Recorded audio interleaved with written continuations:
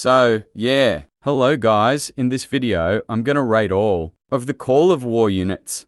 I don't have an E and F tier as all units are at least somewhat useful. So yeah, let's start off with the militia now. I think it's a B tier. They're cheap and fast, but not the best. Also, they're only good in defense, though useful.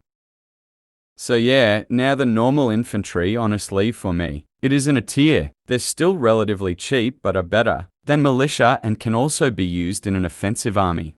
Okay, now, mobile infantry, they're pretty much regular infantry but faster and a slight stat increase, but for me, they cost too much in return for them to be better than normal infantry. Okay, mechanized infantry, I just don't like them. Infantry that cost a steel and fuel, just get a tank at this point. Okay, now we have commandos. For me they're, honestly, in the S tier. They're infantry but have a lot of mobility and deal absurd amounts of damage. And they're just infantry. Paratroopers, nah, they get shot down easily. And even if they make it behind enemy lines, they can be dealt with just a light tank.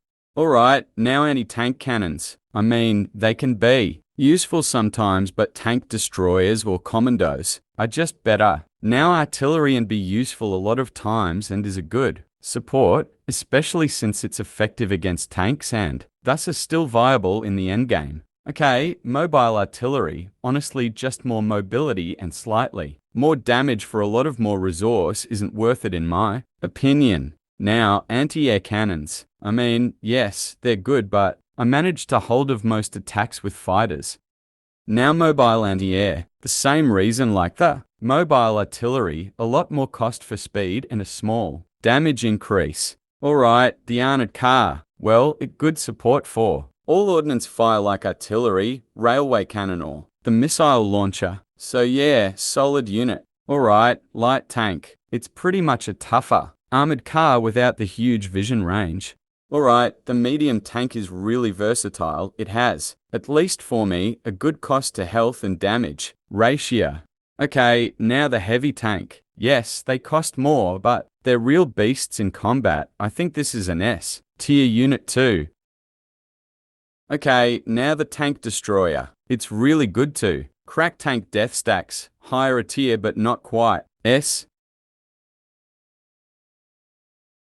Alright, now the fighter plane. It's pretty much only there to shoot down other planes, and that's okay I guess, but nothing crazy. I'll give it a higher C tier. Okay, now the tactical bomber. It's honestly a good unit, although pretty much useless against anything bigger than a light tank. It's B tier, but not better than the light tank. Alright, now the strategic bomber. It's not that good. It's only good against buildings, and if you're so dominant to ruin the enemy's cities without retaliation, you can just invade them. Alright, now the marine bomber. It's not used that often, considering it needs an airfield or a carrier, which are not that common, but it can really mess ships up. Alright, now the attack bomber. It's pretty much a tactical bomber but against tanks, which would be great if it wouldn't lose its potency against infantry. Let's just put it a bit higher because tanks are more of a priority target. Alright, now the destroyer. Its only purpose is to defend a fleet from submarine attacks, which is not that much but is definitely important. Okay, now submarines. Honestly, they're super good. A hidden submarine can sink transports or deal massive damage against ships with the first strike advantage. Okay, now the cruiser. It's coastal bombardment. Deals like no damage, but it has one. Its purpose is to defend the fleet against aircraft. Alright, now battleships, just like submarines. Their mission is to deal damage, but they cost like a lot more to build, although their coastal bombardment is an ability to be feared. Okay, aircraft carrier. They only exist to bring fighter aircraft and marine bombers to the sea, although with that their role is important. In my opinion, they're middle B tier.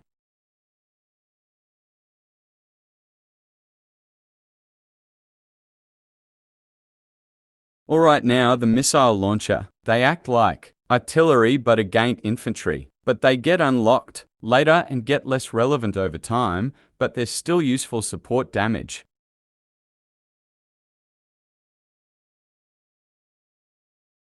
Alright, mobile missile launcher, same rezone as with the other mobile versions of towed units.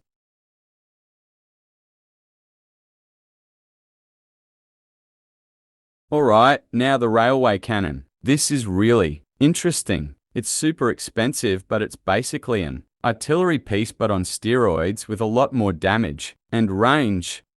I'll put it into C tier. It's really cool, but not very practical if you're not already kinda dominating. Now the big missile or flying bomb. Honestly, absolutely useless. Their damage is pathetic for their cost. It's really not that great. It's more a weapon for show-off than actual use. But, oh well, let's then now move on to the jet fighter. It's just a better but more expensive fighter plane. A bit too expensive for my taste. I usually just stick with normal fighters. I'll place it just behind the normal fighter plane. Alright then, now let's continue with the atomic bomber. I mean, if the atomic bombs hits the target, it will unleash hell, especially in a major city. But the bomber is slow and has a good chance of being shot down on the way. I'm reluctant, but I'll put it on a tier. Okay, now onto the nuclear missile. It's just like the atomic bomber with less health, although it's way faster, which means it has a lower chance of being shot down by the enemy defenses. I'll put it in lower S tier. Because it's a lot faster, it's laving the enemy less time to react. So yeah, that was my tier list. About how I see the units in my opinion, please comment what you think about it. Well then, I hope you enjoyed it and goodbye.